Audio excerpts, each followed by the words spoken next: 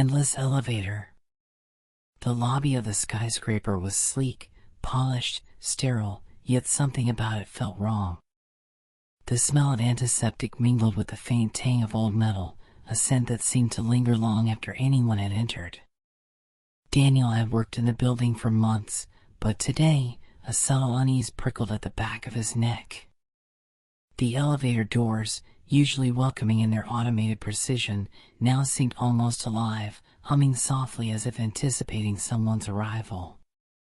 The digital display blinked, Lobby 1, though the numbers seemed to flicker, uncertain, like a heartbeat hesitating. He pressed the button for the top floor, expecting the familiar hum of ascending cables. Instead, the doors slid shut, and the car trembled ever so slightly, a subtle vibration that crawled up his spine. The overhead lights flickered once, twice, then steadied, casting an eerie glow on the brushed steel walls. Daniel's reflection stared back at him, pale and tense, eyes wide. Something about his own reflection seemed off. Not his expression, exactly, but the way it lingered for a fraction longer than his movements, like it was aware, waiting. The elevator began to rise smoothly, almost too smoothly, the sound of cables faint, unnatural. Floor by floor, the numbers ticked upward, 2, 3, 4. Then, at 5, the indicator blinked erratically, hesitating, before advancing to 8. Confused, Daniel pressed the emergency button. A soft, distorted voice crackled through the speaker, "Do not be alarmed. This is a special service." The words were calm, measured, yet there was a resonance beneath them, a vibration that seemed to tug at the edges of his thoughts. He frowned. He had never called for a special service. The lights flickered again, and the car shuddered gently. Then it stopped. The display read, Floor 13, though Daniel knew there was no 13th floor in the building. The doors slid open, revealing a narrow corridor bathed in fluorescent light. The walls were lined with doors, all identical, all closed. A faint humming emanated from somewhere deep within the floor, almost musical, yet unnervingly mechanical. Shadows moved along the walls, stretching and twisting, though the hallway was empty. Daniel felt the hair on his arms rise. A whisper came from behind, soft and almost imperceptible, "Welcome to the floor that never ends." He spun, heart hammering, but the car remained empty. The doors began to close slowly, then paused, as if giving him a choice. A cold draft brushed his face, carrying the metallic scent of old machinery and something else, something alive. The elevator beckoned him again, the digital display flickering, "Next stop," and in that moment, Daniel understood, the elevator did not follow the rules he knew. It did not obey gravity, time, or reason. It moved on its own, and whoever entered it might never leave. Daniel stepped cautiously into the corridor, the elevator doors sliding shut behind him with a metallic sigh. The narrow passage stretched endlessly, the fluorescent lights above flickering rhythmically, casting long, wavering shadows that danced across the closed doors. Each door was identical, featureless, yet they seemed to breathe faintly, expanding and contracting as if waiting for him. The hum from deeper within the floor intensified, a low, resonant vibration that pressed against his chest. He realized that the sound was not mechanical, it was alive, almost sentient, and it pulsed in time with something deep inside him. He tried to retrace his steps, but the corridor had shifted. Doors that had been on the left now lined the right, and the hallway twisted at impossible angles.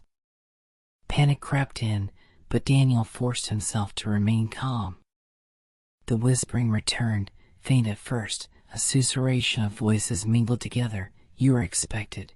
You belong. Stay." The words slithered around his mind, unbidden thoughts creeping into the forefront of his awareness. Each breath felt heavier, as if the very air resisted him, thickening with the weight of unseen eyes. A door ahead suddenly opened with a silent creak. A faint light spilled into the hallway, revealing a small room. Inside, a desk bore an old telephone, its cord coiled tightly like a serpent. The handset moved slightly, though no one touched it. Daniel approached, heart hammering. He lifted the receiver and froze.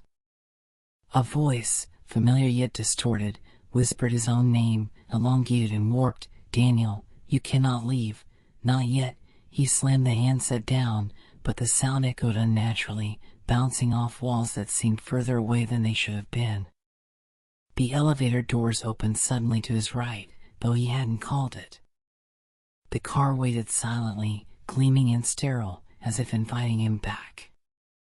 Against every instinct, he stepped inside, driven by a mixture of curiosity and fear.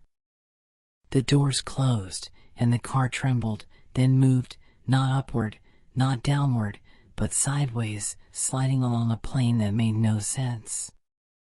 Numbers flashed on the display: 8, 10, 11, 12, 14, skipping 13 entirely. Yet the whispering persisted, now urgent, almost pleading, "Do not resist. The floor demands you, witness."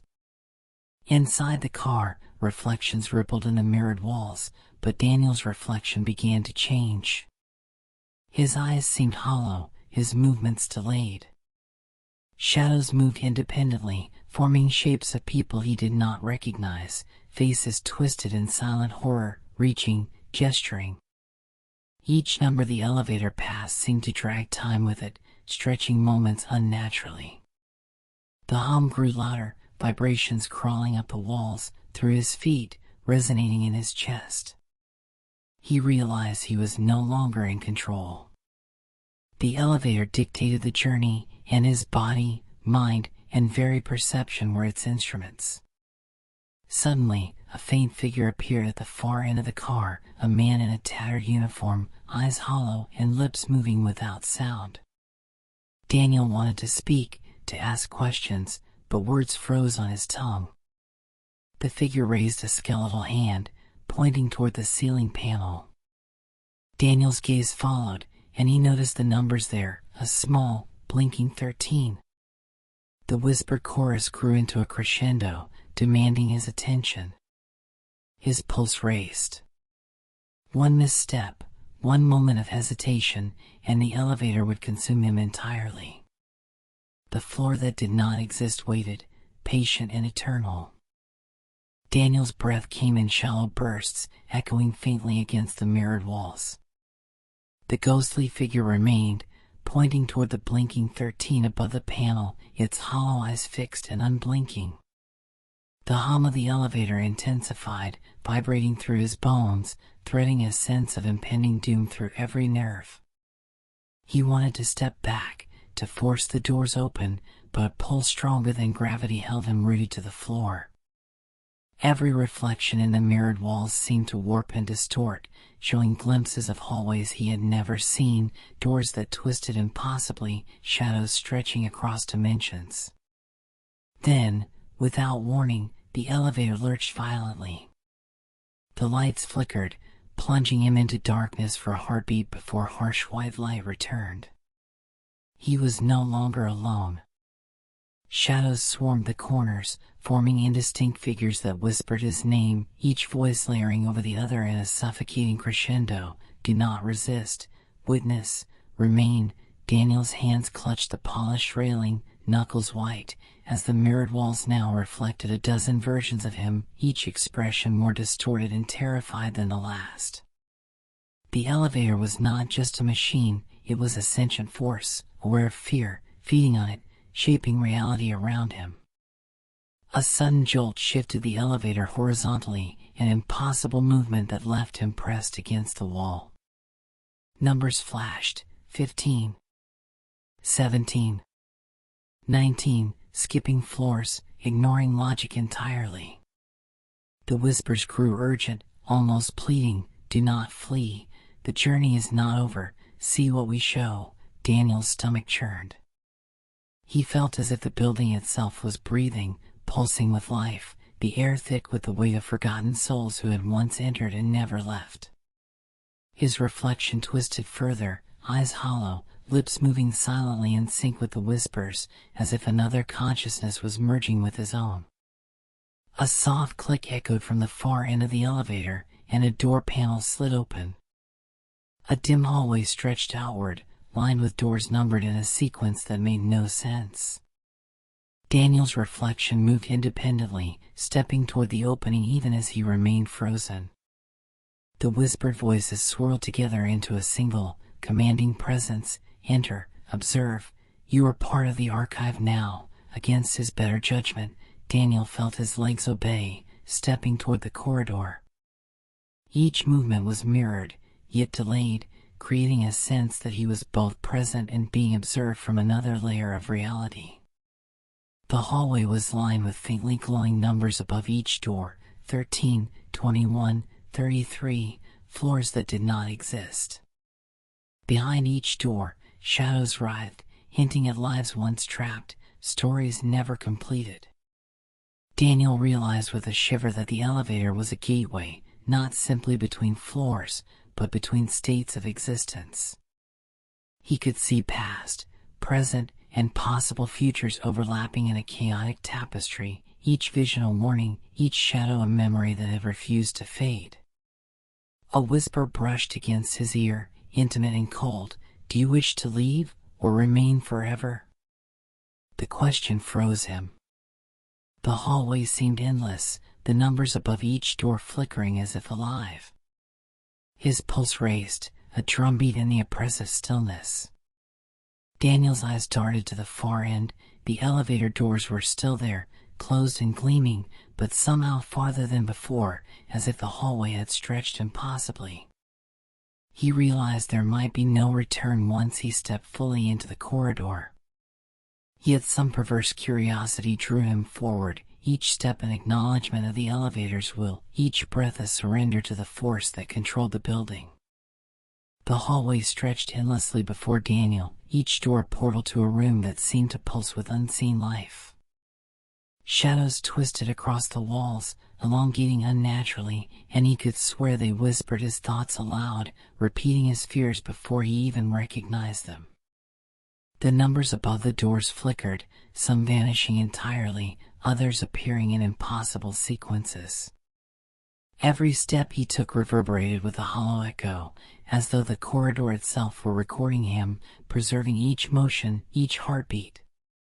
The faint hum that had haunted him from the start grew into a low, resonant tone, vibrating through the floor, the walls, and his very bones. He paused at a door number 21. It was slightly ajar, a dim light spilling into the hallway. Beyond it, a room unfolded in unsettling detail. Furniture appeared familiar yet wrong, as if constructed from memories he had never lived. Shadows moved independently, skirting along the walls, forming twisted silhouettes of faces he almost recognized. A sudden sensation gripped him, an acute awareness that someone, or something, was watching, not just him, but the echoes of himself reflected in the mirrored walls of the elevator. His reflection from earlier now lingered in the shadows, mimicking his every thought, but with a horrifying delay that made it seem alive, intelligent, and malevolent. The whispering returned, louder, more insistent. You cannot turn back. The floor demands you. Witness. Daniel's hands trembled as he pushed the door wider, stepping into the room. The air was thick, almost viscous, carrying a metallic tang and the faint hint of something decayed. Shapes swirled in the corners, forming figures of people who had once entered the elevator and vanished. Their eyes glowed faintly, hollow yet aware, and each whispered fragments of their own stories, fragments of fear and despair stitched into the fabric of this strange, shifting floor. Daniel's pulse pounded in his ears. He wanted to flee, to return to the elevator, but the corridor had changed once again. The doors behind him were gone, replaced by walls of smooth, unyielding steel. Ahead, the shadows seemed to stretch toward him, beckoning, testing his resolve. The hum reached a crescendo, vibrating through every nerve, as if the building itself were alive and he was merely a passenger in its sentient will. With every breath, he felt reality bending, time stretching and folding upon itself.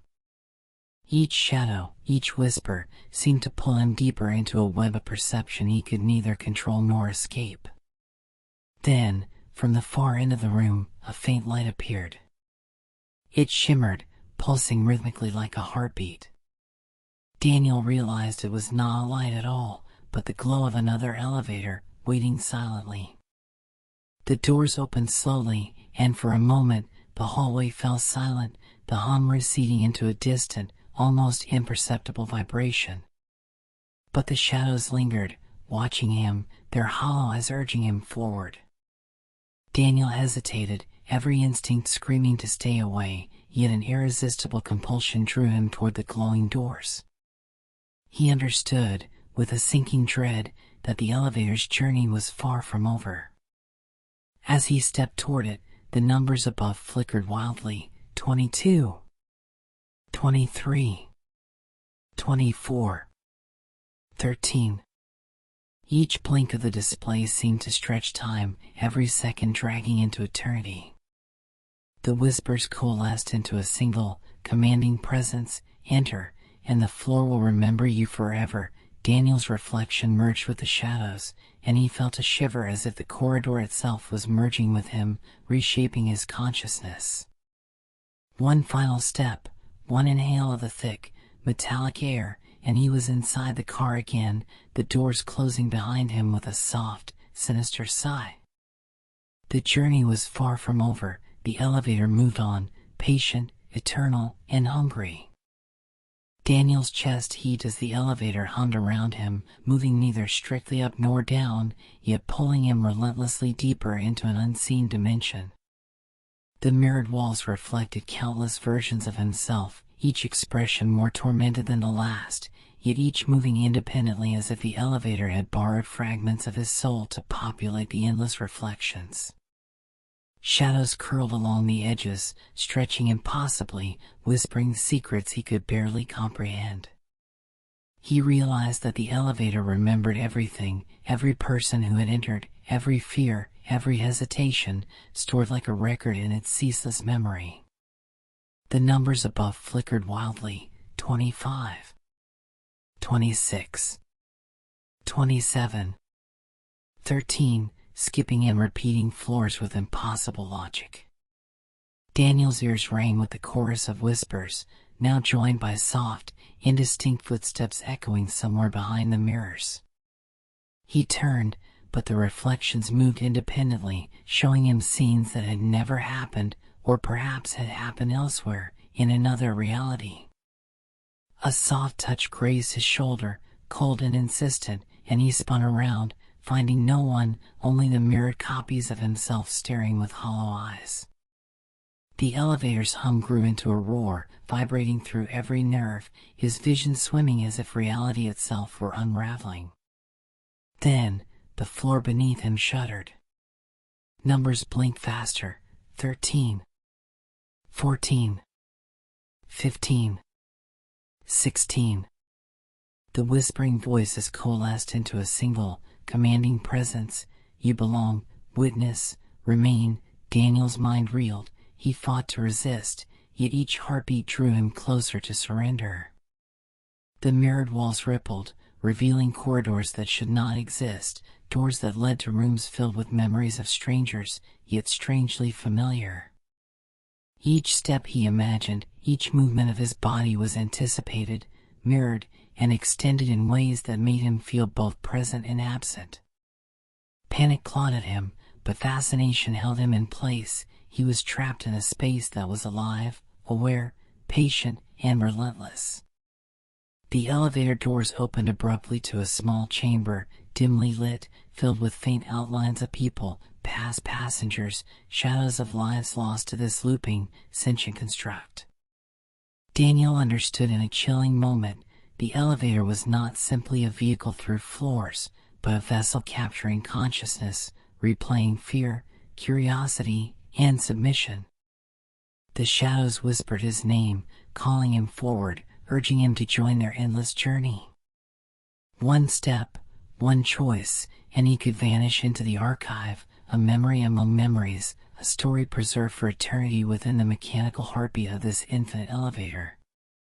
Daniel's reflection now merged with the shadows entirely. He saw himself step out, not as he was, but as a hollow version, eyes vacant, movements slow yet precise, a mirror of the elevator's will. The hum softened into a rhythm, a lullaby of inevitability.